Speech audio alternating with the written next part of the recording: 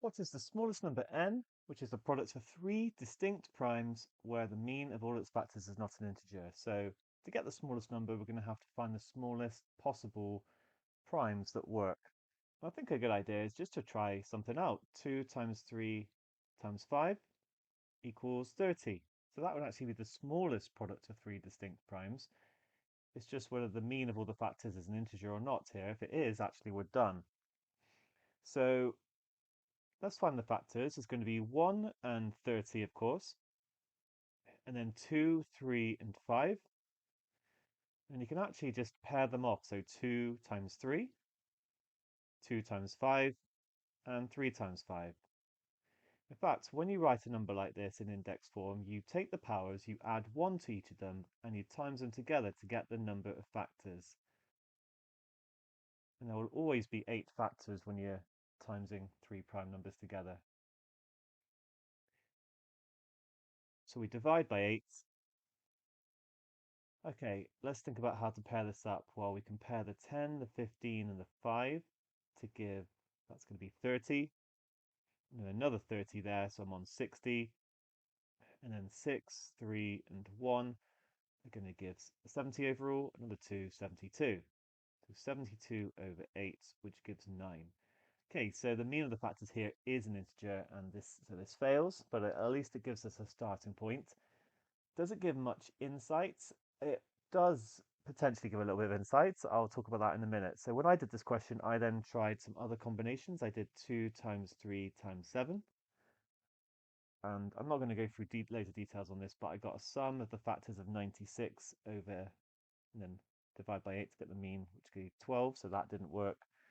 2 times 3 times 11 gave 66. Sorry, I forgot to say that this one was 42.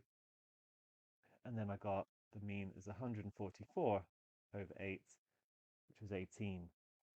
I did one more. I decided to ignore 2 and go with 3 times 5 times 7. Maybe the smallest 3 primes work. Sorry, the smallest odd 3 odd primes work. Got 105. It gave 192 divided by 8, which was 24. So all of these failed. It felt at this point that I needed a more general method. So let's call the primes P1, P2, and P3. Okay, here goes. Because maybe there's a property that we're going to require, and we can, use the general form to investigate that. So just like before, we're going to have 1 and P1, P2, P3 as factors. And of course, P1, P2, and P3 separately. And then just like I did with the previous number, we can pair them up. So P1, P2 plus P1, P3 plus P2, P3. There's the 8 factors of that number. So divide through by 8. We're interested in when this is not an integer. And this is I mean, is that difficult? I mean, you got to think at some point to try and generalize it. This is probably the most difficult bit. You have to realize that you can actually factorize that top expression. It becomes P1 plus 1 times P2 plus 1 times P3 plus 1. So I don't know if you managed to realize that. That's pretty hard at, when you haven't potentially done lots of maths, factorizing cubics, which you tend to do at A level. If you expand this out, you'll see that it does work. You'll get the 1 by timesing all the 1s. You'll get the P1, P2, P3 by timesing here. So hopefully you can see why it does actually work. And we're going to get the P1, P2 by doing P1 times P2 times 1. We will get 8 terms here. Okay, so now we can investigate why maybe the other methods failed. Because if we use 3 odd primes,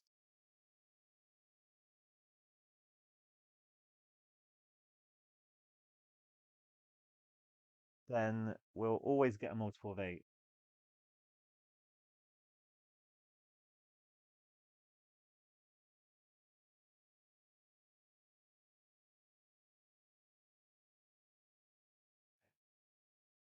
Since P1 plus 1, P2 plus 1, P3 plus 1 will all be even because the primes are odd.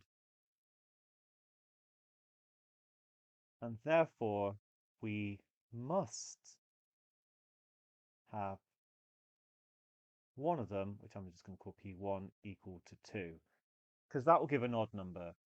And then we just need to avoid having a multiple of 4 for the other ones, because we're guaranteed to get multiple of 2 from the other two, so it's always going to be a multiple of 4, but we need it to not be a multiple of 8. Okay, so I'm going to write them down. 2, 3, actually, 2, yeah, 2, 3, 5, 7, 11, 13, 17. Right, those are my possible values of pi.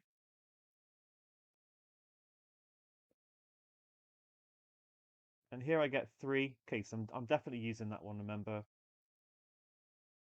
Here I get 4 when I add 1 to it. So I cannot use that because as soon as I then use one of the other ones that's going to be even, you can see why it's going to fail.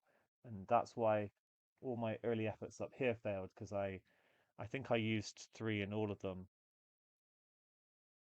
Okay, when I use 5, I get 6. So actually that is I definitely want to use that because it's the next smallest prime. 7 is going to give 8 when I add 1 to it. There's no way I want to use that. 11 goes to 12. So that's a multiple of 4, so I don't want to use that one. Which gives 13 is the next one, which gives that, adds, to add 1 we get 14. Okay, that is a multiple of 2, but not of 4. So these are going to be the ones to use.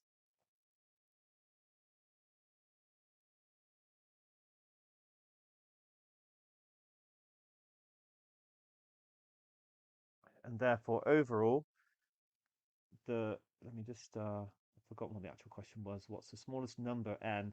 Okay, so the smallest n is going to equal 2 times 5 times 13, which gives 130. That will necessarily not be, when we find all the factors, the mean won't be a whole number. I think this is sufficient, but let's just like show that it is true. So 1 plus 130 plus 2 plus 5 plus 13 plus 2 times 13 plus 2 times 5 plus 5 times 13, all divided by 8.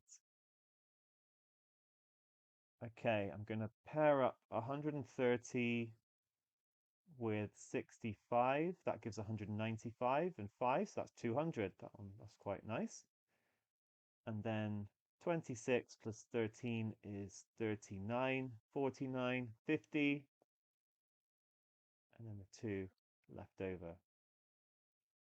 That gives 252 divided by 8. 8 into 25 go 3, remainder 1. 8 into 12 go 1, remainder 4. So it's going to be 31 and a half, just to confirm. Okay, nice question, I think. Well done.